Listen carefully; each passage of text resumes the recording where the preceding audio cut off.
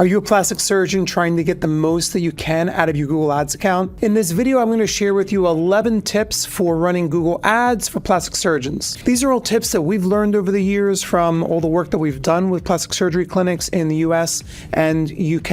And I want to encourage you to check out the playlist that I'm going to link to in the description. We have all kinds of other content about marketing for plastic surgeons. So let's jump into it.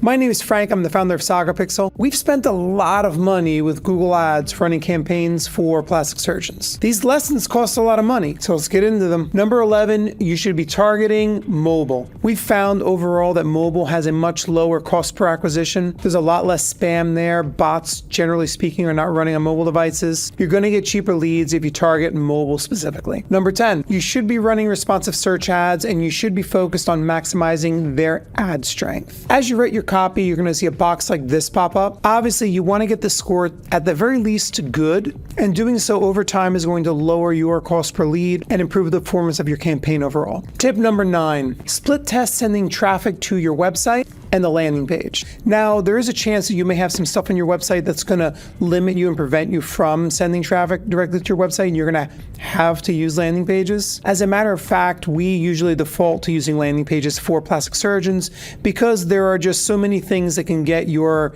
campaign flagged. Honestly, if you have the word Botox anywhere in your website, you're going to have to use landing pages. Same thing goes for PRP and a bunch of other things that Google just doesn't like. However, if you don't have anything on your website that Google's going to have any sort of issues with, you may see that the website or a landing page actually performs better. And if simply sending the traffic to one versus the other is going to get you an additional 3 conversions each month, it's worth doing. Number 8, install CleanTalk on your website. This is the best anti-spam WordPress plugin that I've come across. It's only about $8 a month, and it's going to greatly reduce the amount of spam submissions that you get through your website overall. If you ever run a smart campaign or performance max campaign for your clinic, you're going to see that you're getting some spam traffic from the Google Display Network. What you don't want is those bots then filling out your contact form, triggering a conversion, sending it back to Google, and then Google Ads is quite literally optimizing your ads to deliver to bots. An anti-spam plugin like this will prevent that from happening to an extent. Number 7, use CallRail. This is going to give you an idea about how your staff is answering the phone, if they're answering the phone. It'll give you insights into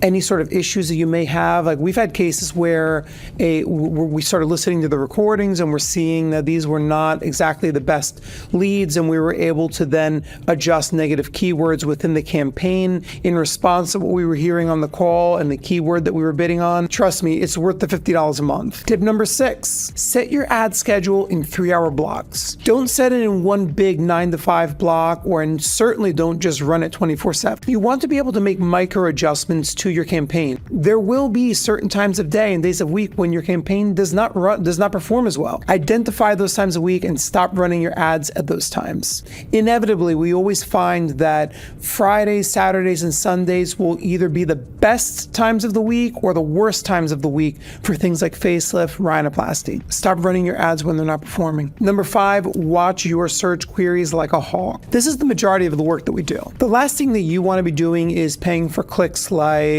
what is BBL? Did Kim Kardashian get a facelift? And you may even find that keywords that on the surface seem like they would be good ones are just wastes of money. We had a BBL campaign we were running for a client in a large market where we found that the majority of the budget was going to searches for BBL surgery, which on the surface seemed like it would be good. But once we really dug into it, it became pretty apparent that this was largely an informational search, people that wanted to know what BBL was and not necessarily in the market to get the procedure, which wasn't the case for people that were Googling BBL surgeon.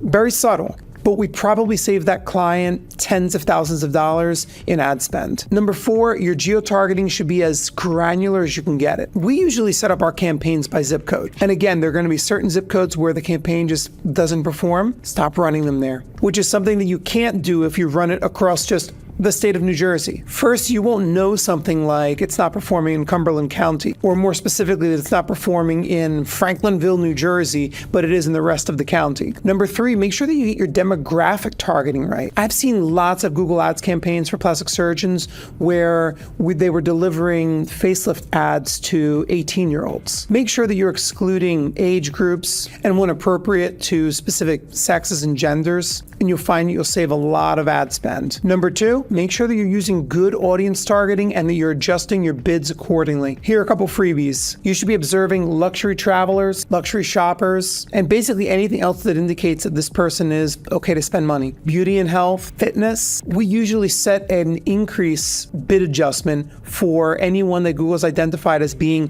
part of one of these audience segments. The reason being that they usually drive leads, they convert. Number 1, make sure that you are testing Performance Max, responsive search ads, and smart campaigns. Run them in tandem. You're going to see that 1 out of the 3 of these is going to vastly outperform the others. Once you identify that, you can then direct all of your ad budget to that campaign format and reap the benefits.